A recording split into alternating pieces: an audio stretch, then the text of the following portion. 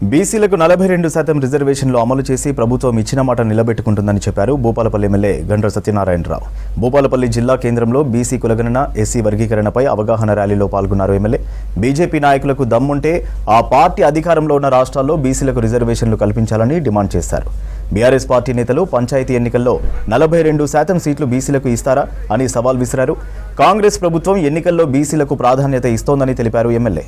కామారెడ్డిలో రాహుల్ గాంధీ చెప్పినటువంటి ప్రకటనకు అనుకూలంగా అధికారంకి వచ్చిన వెనువెంటనే బీసీకి కులగణన 42% ఇవ్వాలని కేంద్ర ప్రభుత్వానికి అసెంబ్లీలో తీర్మానం పంపడమే కాకుండా ఈరోజు బీసీలకు మేము రేపు జరగబోయేటువంటి స్థానిక సంస్థల ఎన్నికల్లో మా పార్టీ పరంగా 42% ఇస్తామని చెప్పినటువంటి దమ్మున్న నాయకుడు రేవంత్ రెడ్డి గారని మీకు ఈ సందర్భంగా తెలియజేస్తున్నా.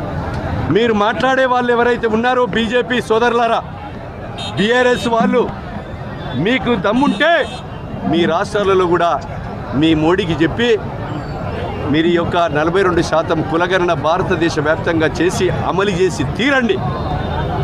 లేకపోతే బీసీ సమాజానికి క్షమాపణ చెప్పండి.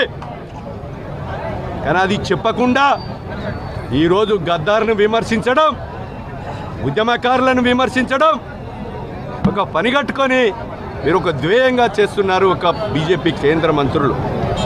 ఈరోజు 30 సంవత్సరాల నుంచి 59 కులాలు, ఆ కులాలలో అట్టడుగున అణగారినటువంటి దళిత కులాలు ఏవైతే ఉన్నాయో, ఎస్సీ కులాలు ఏవైతే ఉన్నాయో వాళ్ళందరికీ కూడా న్యాయం జరగాలని పోరాటం ఆలోచన చేసి సుప్రీంకోర్టులో వేసేటువంటి వాదనకు న్యాయవాదులకు ఒక కమిటీ వేసి పంపి ఈ ప్రభుత్వము సుప్రీంకోర్టు తీర్మానానికి మద్దతుగా అసెంబ్లీలో ఈ నెల 4వ తారీఖు నాడు తీర్మానం ప్రవేశపెట్టి